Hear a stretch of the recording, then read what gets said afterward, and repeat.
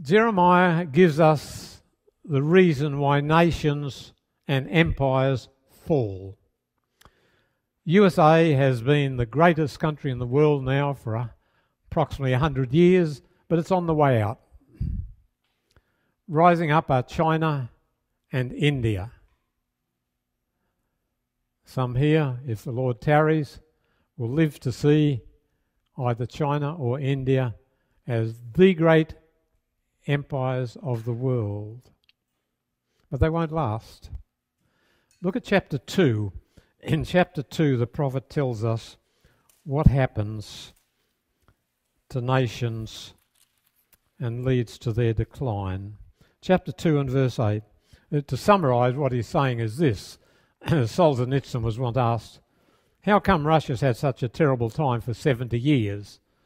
You know, Stalin is attributed to having murdered 70 million people.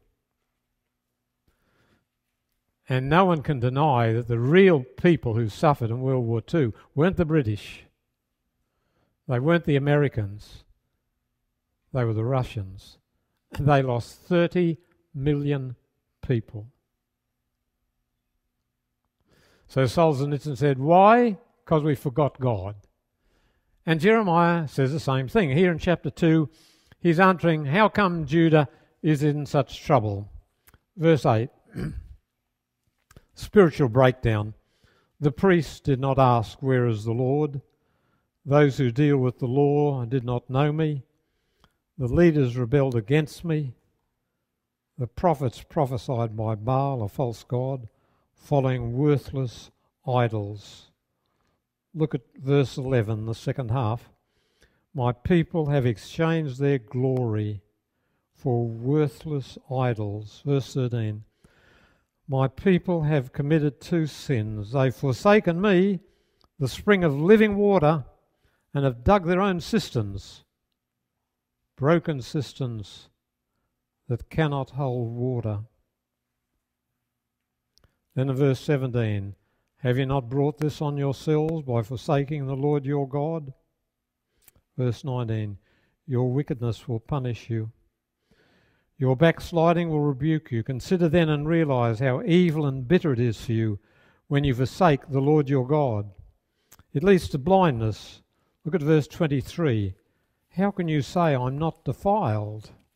How can you say that? I've not run after the Baals. See how you behaved. Consider what you've done.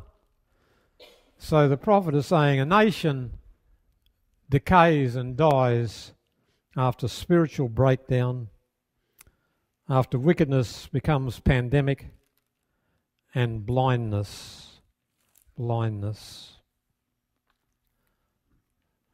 America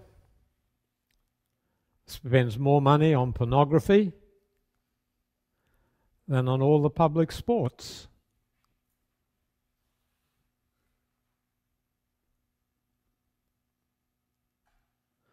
America has millions teetering on the breadline.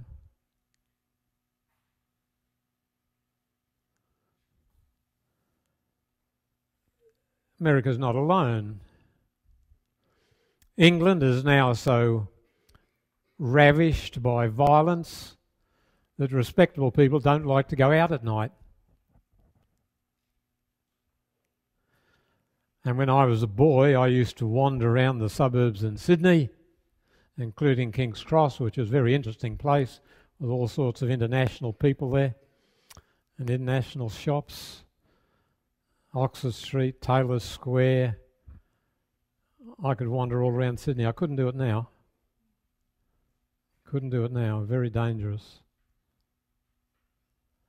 A nation decays when the rules of God are forgotten and righteousness is given a backseat. This is a book where Christ is found. I want you to look at chapter 23. Chapter 23.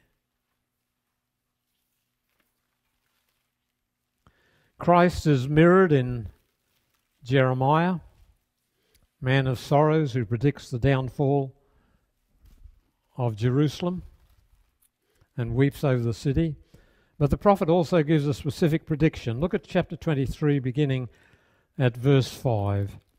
The days are coming, declares the Lord, when I'll raise up to David a righteous branch, a king who'll reign wisely and do what's just and right in the land.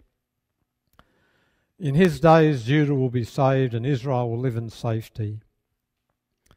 And this is the name by which he will be called, the Lord our righteousness. You'll find the word Lord's in capitals.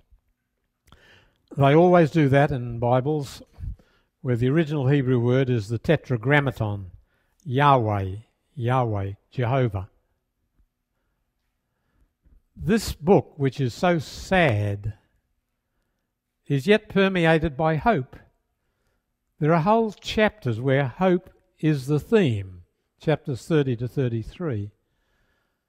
But here it gives the promise that one day there'll be a Jew who will be God in the flesh, who will give righteousness to all who seek it. Now that is a tremendous prophecy. A descendant of David, a branch of David's line, who'll be known as Yahweh, God, and yet as human, descendant of David. But the distinctive feature is he'll be the righteousness of millions of people. I want you to think on this. It's a wonderful, wonderful prophecy. When man rebelled against his Maker, he was guilty of committing sin and of omitting duty.